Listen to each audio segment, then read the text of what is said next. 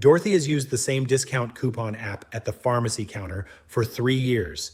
Every single refill, she proudly hands over her phone, shows the code, and saves $20, $30, sometimes $50 on the spot. She tells her friends about it. She feels like she's beating the system. What Dorothy doesn't know is that every one of those savings has been quietly working against her because none of that money counts toward a brand new cap that's supposed to protect her. By the time she finds out, she'll have spent more this year than if she'd never used the app at all. That's not a rare mistake. It's one of 7 ways the pharmacy counter is quietly costing seniors hundreds of dollars in 2026, and almost none of it gets explained in plain English. I'm going to walk you through all 7, starting with the one that's probably costing the most people the most money right now this month.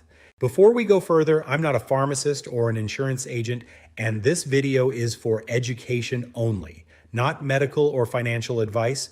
Costs and rules vary by plan and by state, so confirm your specific situation directly with your pharmacy or Medicare plan. If you want more videos like this, hit that like button.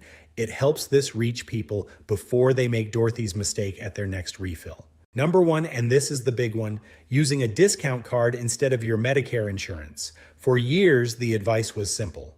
Pull up your coupon app, compare it to your insurance copay, and pay whichever is cheaper. That advice used to be right. In 2026, it can actively hurt you. Here's why. Medicare now has a hard cap of $2,100 on what you pay out of pocket for covered drugs in a year.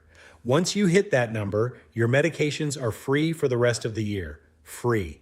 But that cap only counts money you spend through your Medicare drug plan. If you use a discount card instead, that money is invisible to Medicare. It doesn't count toward the cap. You could spend $500 this year on discount card prescriptions and be exactly as far from that $2,100 finish line as the day you started. So here's the new rule for 2026.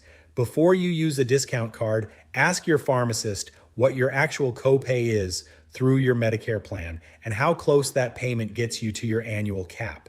In most cases now, paying the slightly higher insurance price is the smarter move because every dollar does double duty, covering your drug today and pulling you closer to free medication for the rest of the year. Number 2, the Part D late enrollment penalty. This one doesn't hit you today. It follows you for the rest of your life. If you go 63 days or more without Medicare drug coverage or another creditable prescription plan after you first become eligible, Medicare adds a permanent penalty to your monthly premium. It's calculated as 1% of the national base premium for every month you went without coverage. And that penalty doesn't expire. It doesn't disappear if you switch plans. It doesn't go away after 5 years or 10 years. It's attached to you permanently for as long as you have Part D coverage. If you're not sure whether you have a gap in your coverage history or you know a friend or sibling who delayed signing up because they weren't taking anything anyway, that's worth a phone call to Medicare today because the earlier a gap gets caught, the smaller the eventual bill. Number 3. And this one's sneaky because it feels like nothing changed.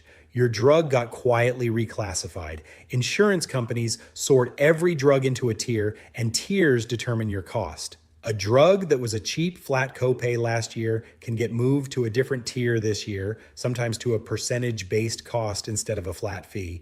And nobody sends you a personal letter explaining it happened. You just show up at the counter and the price is different. The fix isn't complicated, but it requires you to actually look. Once a year, pull up your plan's drug list, called a formulary, and check the tier for anything you take regularly. If something jumped, that's worth a call to your plan to ask why and whether there's a lower tier alternative your doctor could prescribe instead. If this is making you think about your own prescriptions, take a second and hit that like button.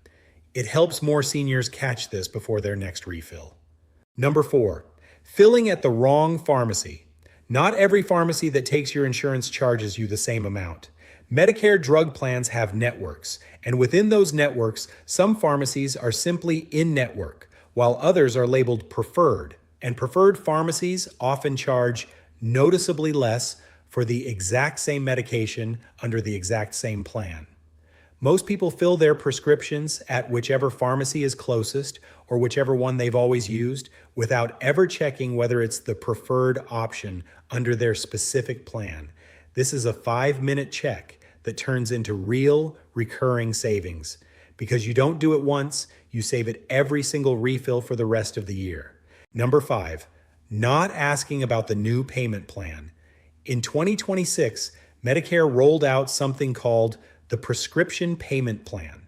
It lets you spread your out-of-pocket drug costs across the calendar year in smaller monthly installments instead of getting hit with one large bill at the pharmacy counter.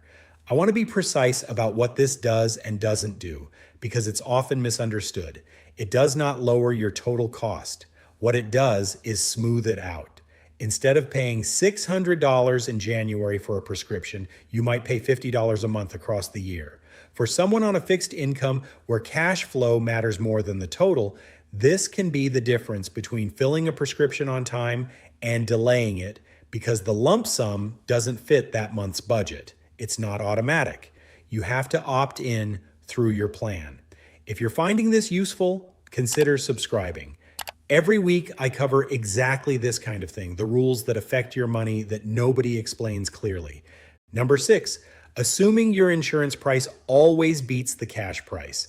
This flips the very first point on its head, and that's exactly why the pharmacy counter is so confusing right now.